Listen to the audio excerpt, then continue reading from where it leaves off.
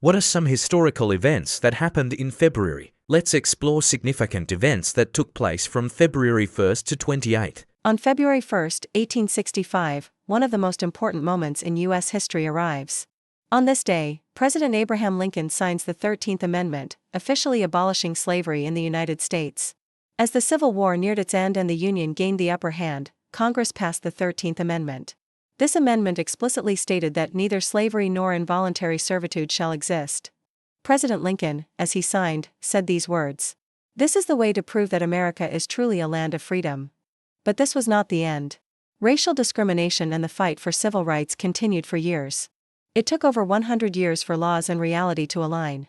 This was the first step toward American freedom. On February 1, 1865. On February 2, 1876, professional baseball in America began. The National League, NL, was founded. At the time, baseball leagues were in complete chaos. Game schedules were not followed. Some teams avoided long road trips and played against local amateur teams just to make money. There was also a lack of enforcement of league rules. Teams broke rules without consequences, and match fixing was common. Additionally, the Boston Red Stockings dominated for 5 years, weakening competition. William Hulbert decided to create a new league. In 1876, 8 teams joined the National League. A strong central control system was introduced. Schedules had to be followed, and road games became mandatory. Strict league-wide regulations were enforced. Teams were centered in major cities, stabilizing league operations. However, problems still existed. In the early years, teams dissolved and relocated, causing instability. Tensions rose when the American League was founded. However, in 1903, the first World Series was held between the NL and AL. In 1999, the National League and American League fully merged. This was a historic moment that shaped modern MLB. Which National League team do you support? On February 3, 1870, the 15th Amendment to the U.S. Constitution officially took effect, prohibiting voter discrimination based on race, color, or previous slavery. This landmark decision aimed to protect the voting rights of newly freed African Americans after the Civil War. However, literacy tests, poll taxes, and intimidation kept many from voting, until the Voting Rights Act of 1965 finally secured these rights in practice. Although imperfect, this amendment was historically significant, as it laid a crucial foundation for the advancement of democracy and civil rights. On February 4, 1789, George Washington was unanimously elected as the first President of the United States. This marked the birth of America as a modern constitutional republic. Washington set the standards for democratic leadership, promoted national unity, and provided stability in a fragile new nation. He also established a crucial democratic tradition by stepping down after 2 terms, preventing lifelong power. No other U.S. president has ever been elected unanimously again. On February 5, 2 BCE, the Roman Senate gave Augustus the title Pater Patriae, meaning father of the fatherland. But it wasn't just a fancy title. It symbolized the full establishment of the Roman Empire. Augustus was no longer just a leader. He became the protector and symbol of Rome itself. The title carried loyalty, power, and the early seeds of emperor worship. This marked the true end of the Republic and the birth of Imperial Rome. February 6, 746 BCE. Babylonian astronomers recorded the first total lunar eclipse in human history. They etched the date and time into clay tablets using cuneiform script. But this wasn't just science. It was used to predict the king's fate. This marked the beginning of astronomy, astrology, and scientific thought. February 7, 1497. Florence, Italy. A Dominican friar, Girolamo Savonarola, shouted, "Vanity is a sin." He gathered luxury dresses, perfumes, mirrors, even artworks by Michelangelo, and set them all on fire in the town square. This bonfire of the vanities was a fiery clash between faith and art. To some, he was a prophet. To others, a fanatic. Today, art burned. February 8, 1587, Mary Stuart, Queen of Scots, is executed. The key evidence? A letter approving the Babington plot to assassinate Elizabeth I. She wrote, "I agree to the plan and shall act after the Queen is removed." The letter was intercepted by spymaster Walsingham and used to charge her with treason.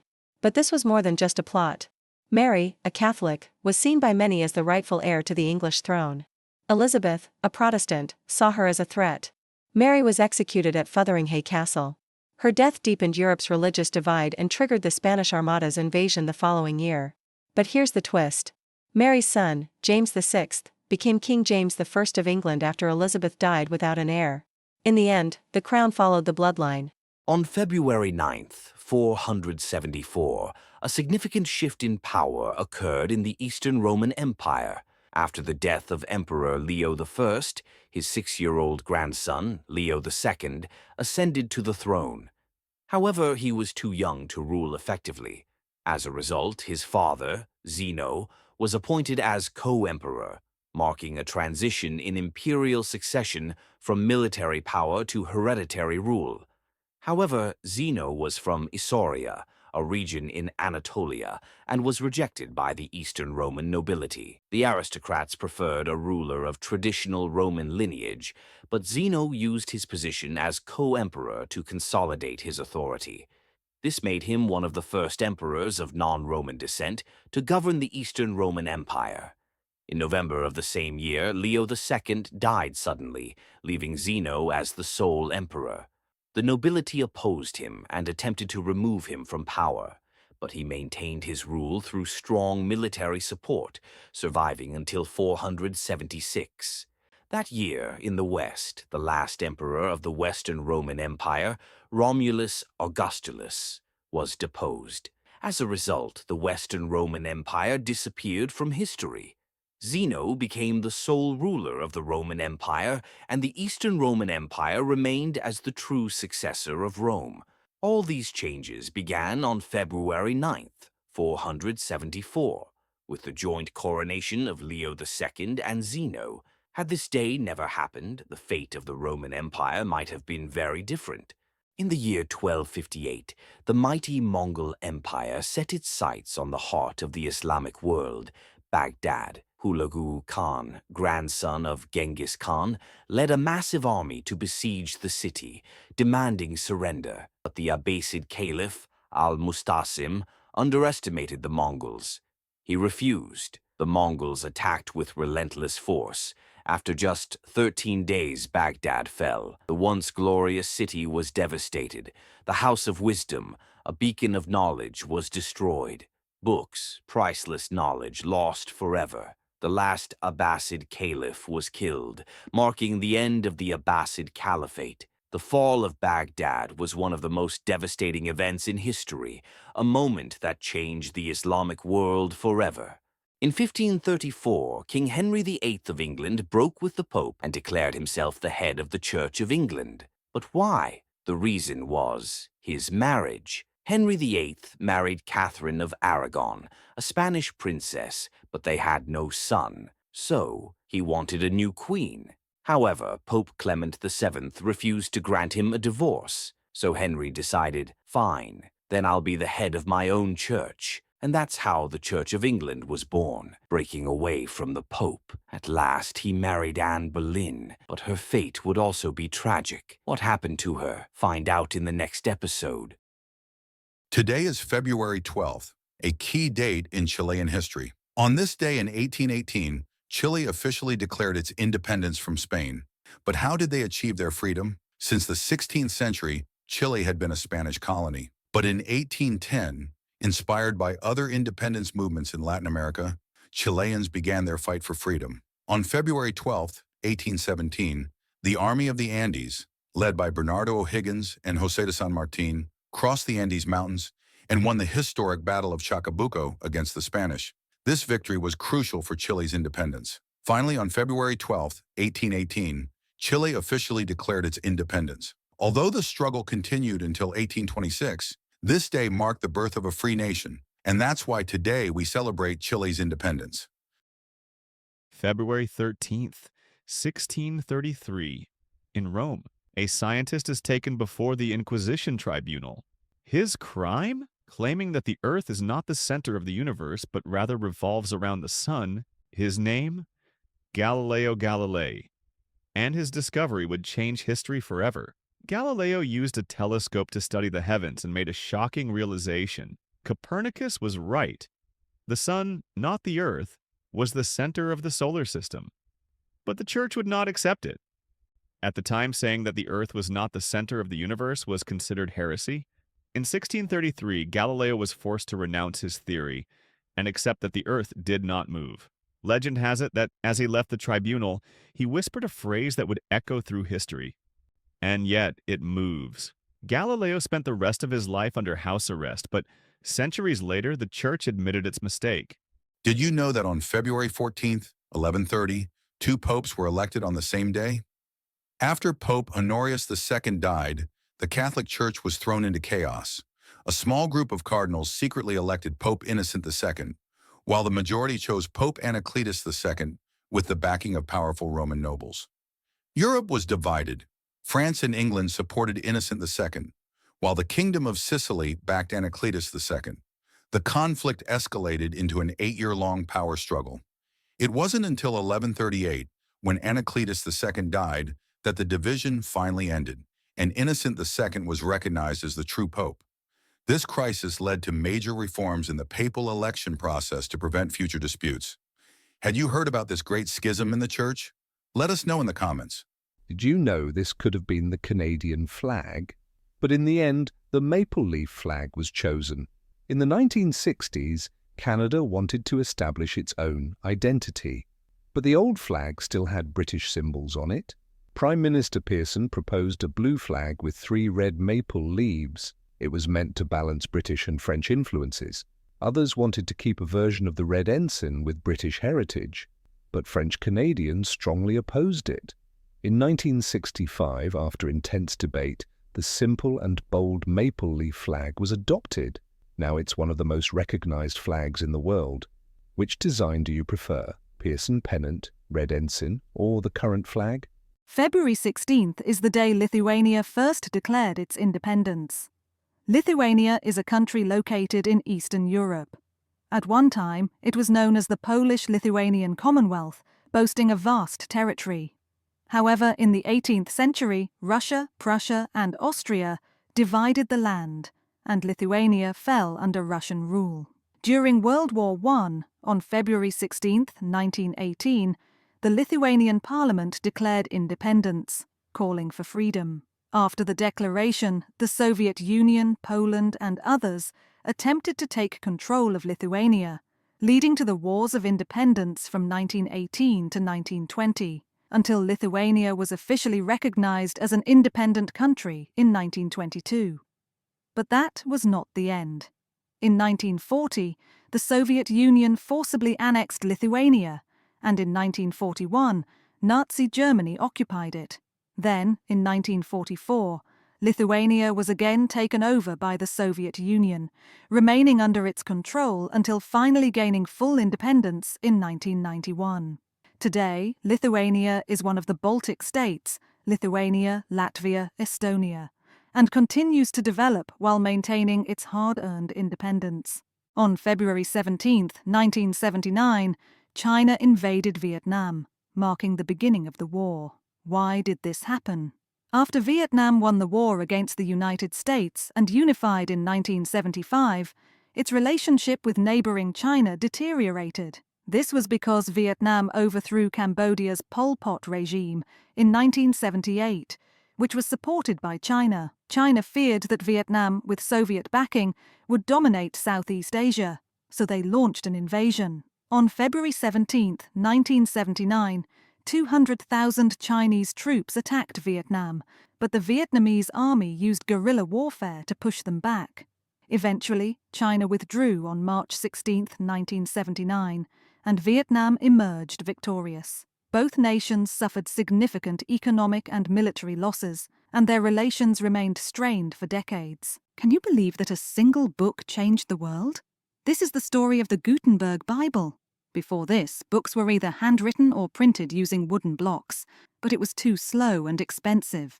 Then came Johannes Gutenberg from Germany. He developed movable metal type printing, and with this technology, he created the world's first mass-printed Bible.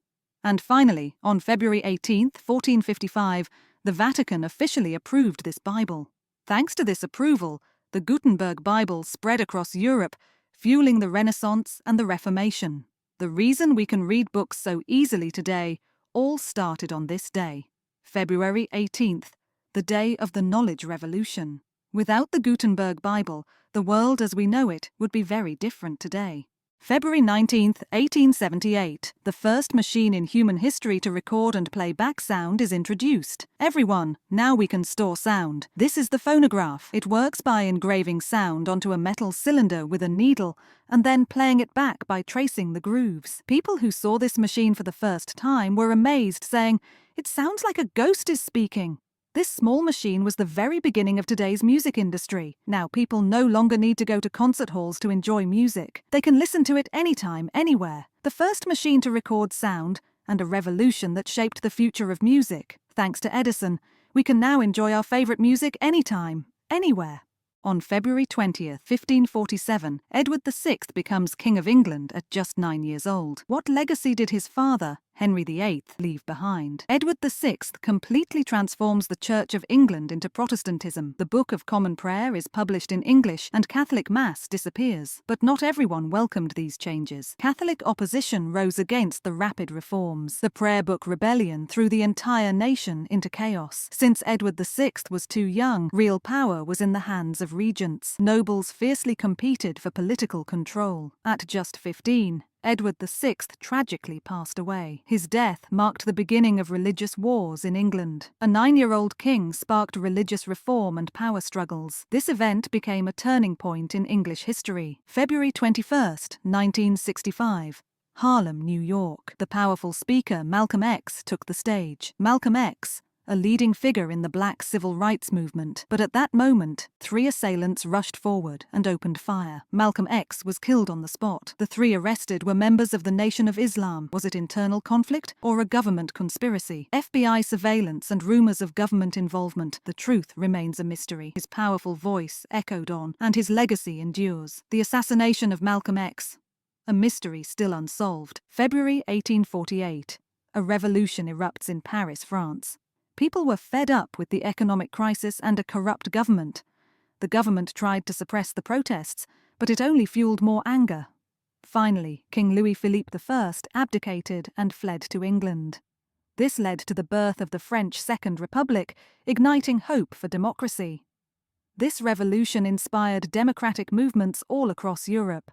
On February 23, 1763, in Berbice, present-day Guyana, a historic slave rebellion ignited. Led by Cuffy and his deputy Accra, over 2,500 enslaved people rose against brutal colonial oppression. This uprising became South America's first major slave revolt and marked a turning point in anti-colonial struggles. Today, Guyana honors this legacy by commemorating February 23rd as Republic Day, celebrating resistance and hope.